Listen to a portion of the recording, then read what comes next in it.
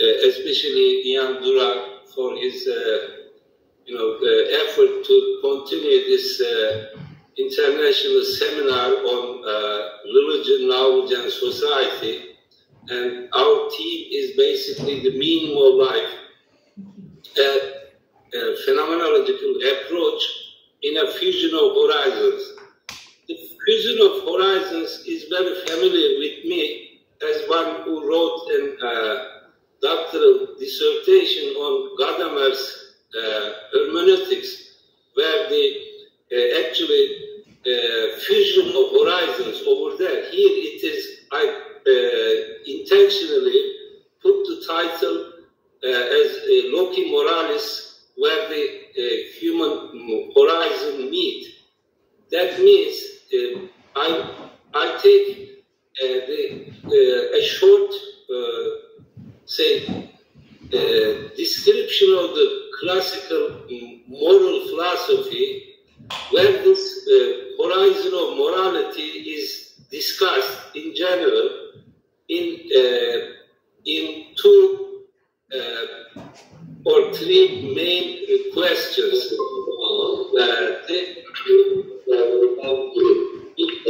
The first question is, where is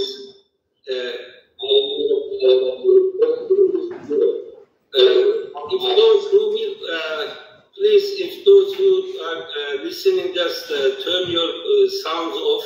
Yeah. And the first question is, where is the moral horizon located?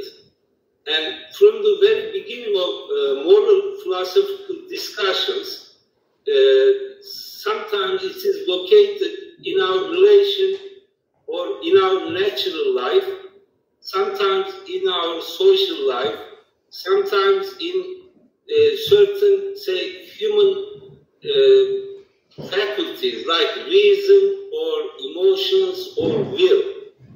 And sometimes the moral horizon is extended to religious experience or religious belief, or in some modern writings it is located in science. But the meaning of life starts with a basic question: what is a good life worth living? This was the question basically raised, say, first moral discussion by Socrates. But the question for the Socrates is whether we will start to discuss the human action in the horizon of our natural life, or in the horizon of social life, or the social world, human world. So the second question is, where is the basis of good and bad as two criteria of moral judgments lie? That is a difficult question. And the third one, what constitutes a moral action that we judge as good or bad? It is usually a moral action,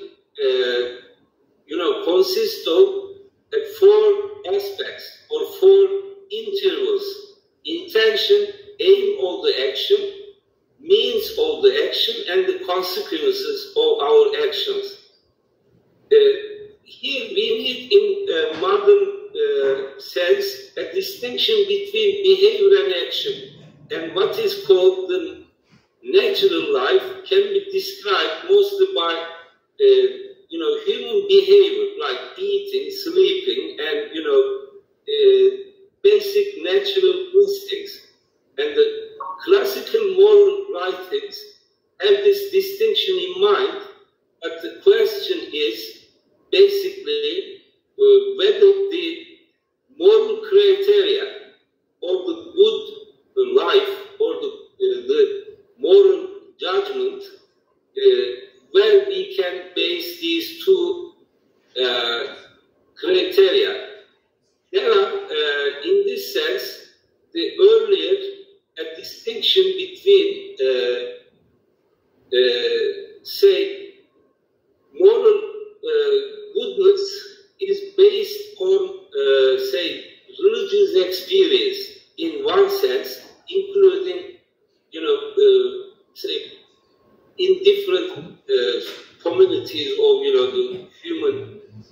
societies all over the world. And there are, however, if I quote something from Muhammad Iqbal, men to whom it is not possible organically to assimilate and align universe by reliving as a vital process that special type of inner experience which religious faith rests. That means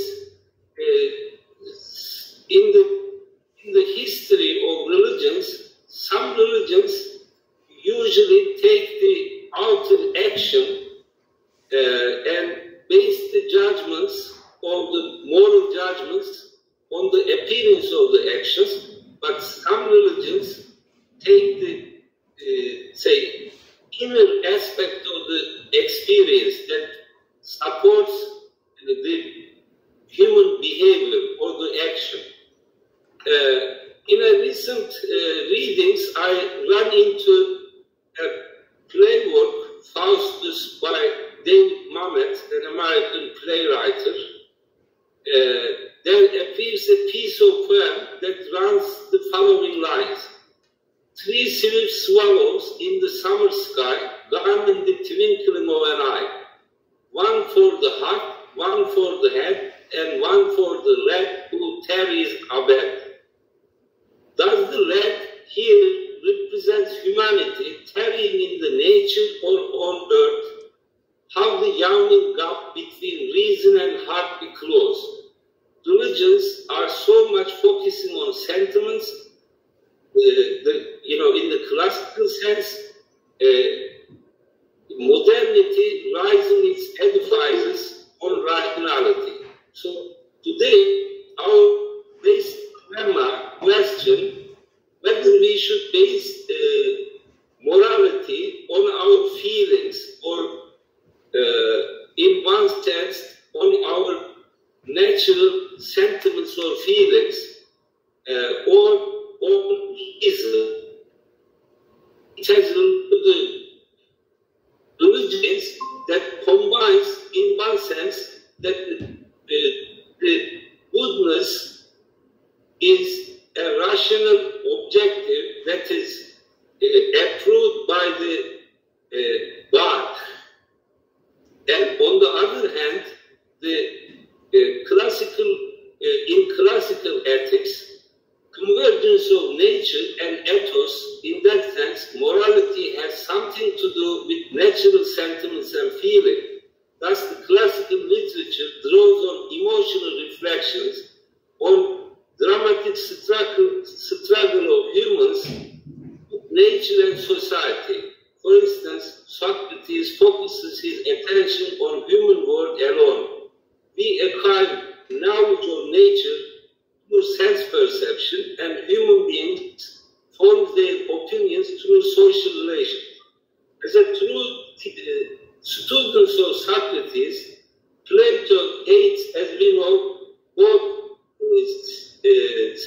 sense perception and the opinions, and he is trying to establish the moral values to a noetic knowledge or in ideas, as ideas. But so this conflict between nature and reason, or our social relations and nature relations, are quite interesting. On the other hand, we all know that the classical Stoic school based morality on human relations with nature also introduced into the cultural construct of that particular idea of a binary logic based morally desirable good as pleasurable versus undesirable as painful. This distinction replaces the triadic structure of logic or social morality, harmful, beneficial, and the permissible, with a binary one whose implications, again, are a perpetual conflict. So, if we take this modernity, reason appears again as the horizon where the morality is discussed. Lord Herbert in 17th century against the institutional religion advocated a belief system called natural religion. This natural religion is based on a belief in God which imposes on man no other obligation than to be worshipped and be moral. According to Herbert, the basic religious concepts common to all are, I just skip some of the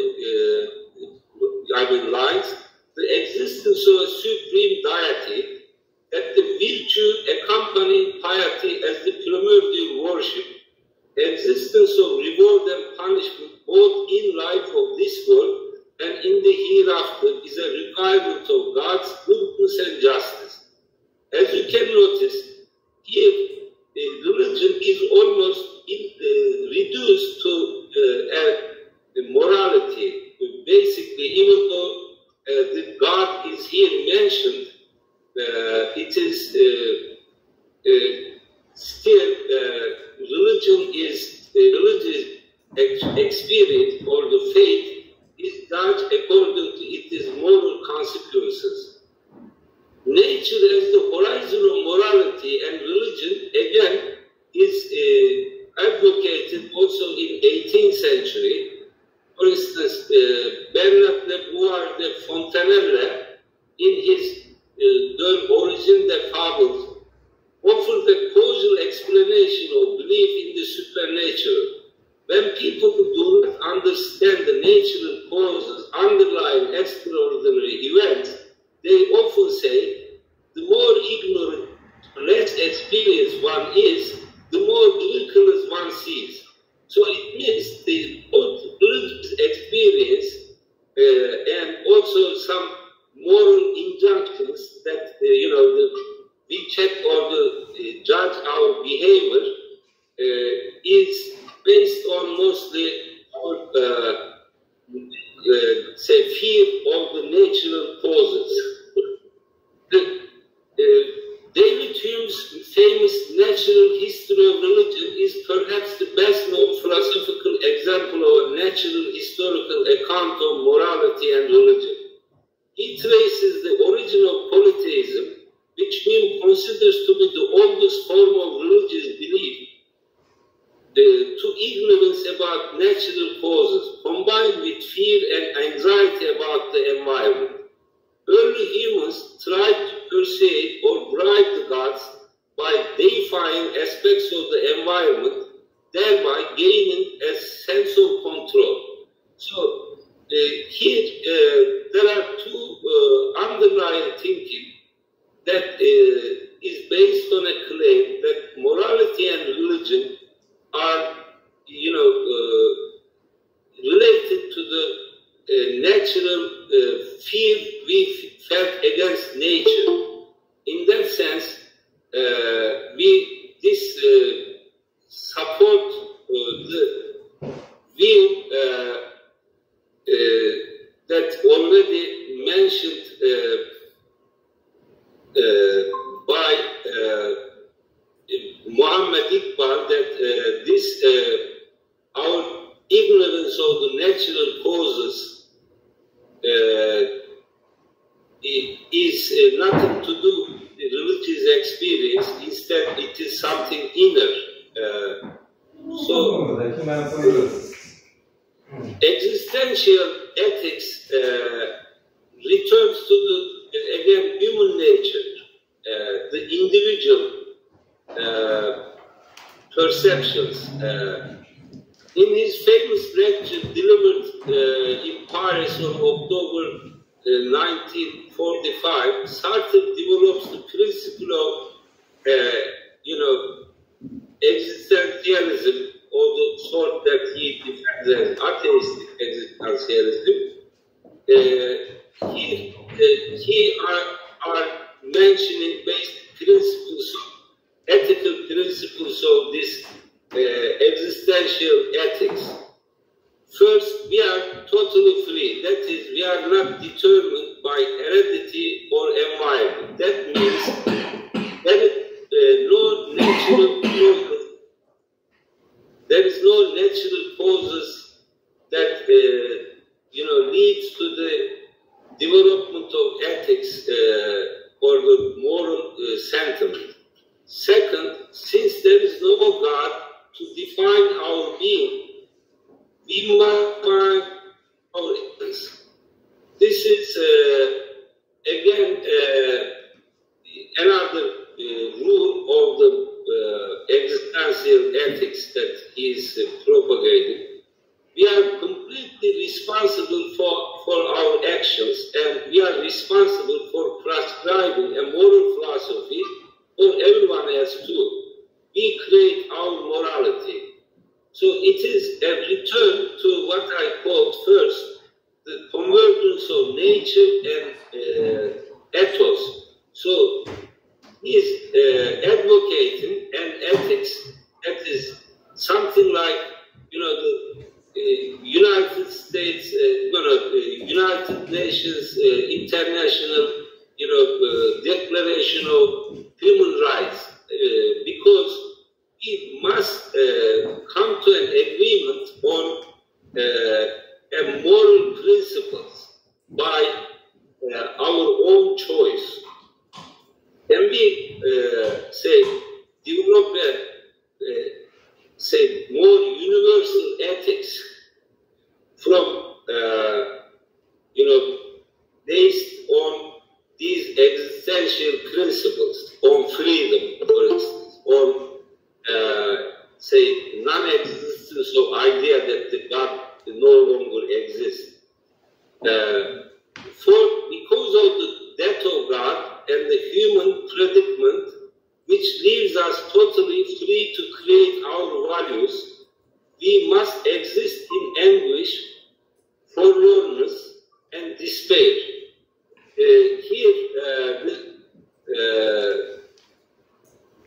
This existential ethics in this sense is another rule is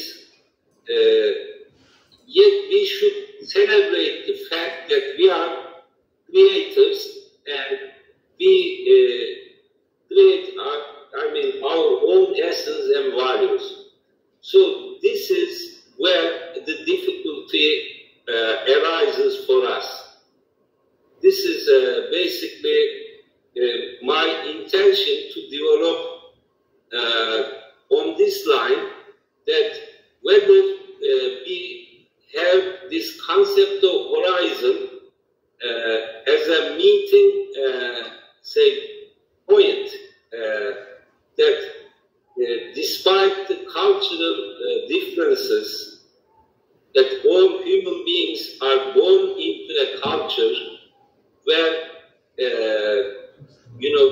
our basic values are expressed in a special language and in a certain perceptions, or as the last quote existentialist idea that we create that morality is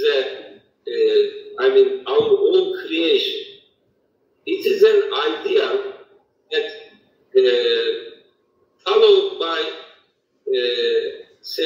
German theologian Hans Pünk, and he proposed, as you all know, a universal declaration of ethics. But unfortunately, it is not even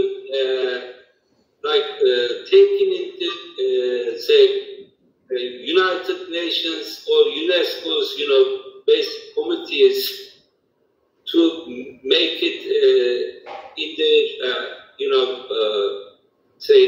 certain, text or decisions that will be followed by at least, the state structures that already member of the United Nations. These universal declarations of ethics revealed in the sense that it is started on the one basic principle or the golden rule that do not others what you would not like to have done to you. This is so the Hans Küng has taken this as the golden rule of that is common through all religions and all cultures. It is basically in this seminar you raised the most basic question: what is the meaning of life? And here we should discuss again where the location of morality lies, whether the moral values are taken as the social contract, socially determined, or it is came as many, the religions believe as, injunctions given by the scriptures by God, or whether we should take a general resemblance in our relation with nature, and we all go through same kind of struggle with nature to find food, clothing, housing, and there are many legal, the constructions that limit or make room for these human, life on earth, or whether we should base, as the Sartre suggests, that on individual struggle to find the meaning of his own being, existence, what it means to be human. They say, okay, it is actually the economic side of it is laissez-faire. It is what is called, I don't want to talk about the, say, international politics, but what is based the capitalist economy. Let them, do and do not put limits on the market and things like that, but how can most individually, individualistic perceptions on life and on meaning of being human can converge, and so we can bring some morality in international politics. Even international politics are just like every state is as an individual, act like an individual who have their own interest, and all actions are judged and presented as their national interest, and this is the most difficult dilemma. But for instance, in legal terms, freedom ends, as the Sartre here, the first principle was we are all free, but the first principle of legal freedoms is the limit of other people's freedom. But still, what is the relation between legality and morality? Whether legality should be judged according to it is moral purposes, or it is like the individualistic purposes, as in terms of international relations, or whether we should add in our own educational programs to have certain, like, how do you say, principles that people have empathy, despite differences, or the racial differences, or the even, the sexual differences. So we should first define what constitutes humanity in terms of the universal life conditions, not a universal definition of what it means to be human, but universal life conditions. That, in that sense, I'm going to end with a few observations that, as you all know, just 3 months ago, dear Professor, we had a, Professor Osman, if I may ask you, please, could you summarize? Yeah, the time is almost up. Could you summarize your concluding thoughts in 2 minutes? Yeah. Okay. It is basically my question. It is this: the horizon is a concept related to nature, so with our sense perception, but we bring it into another location, to the moral horizon. So moral horizon is where we all united in terms of our basic human necessities and basic necessities of life, and the moral values should be evaluated from this perspective, regardless of the differences that make our, individual or social identities. And and throughout the history, all the moral philosophy is defined in these different terms, either nature as the horizon of the life, or social life, or now rationality or scientific perspective, or the reason is the basis, moral judgment, or the objectivity of the moral values. And this is a new opening up, a new horizon, that let's make the morality of the horizon or our discussion of a meaningful life. That is basically my intention to bring your attention to today. Thank you very much for your attention. Thank you.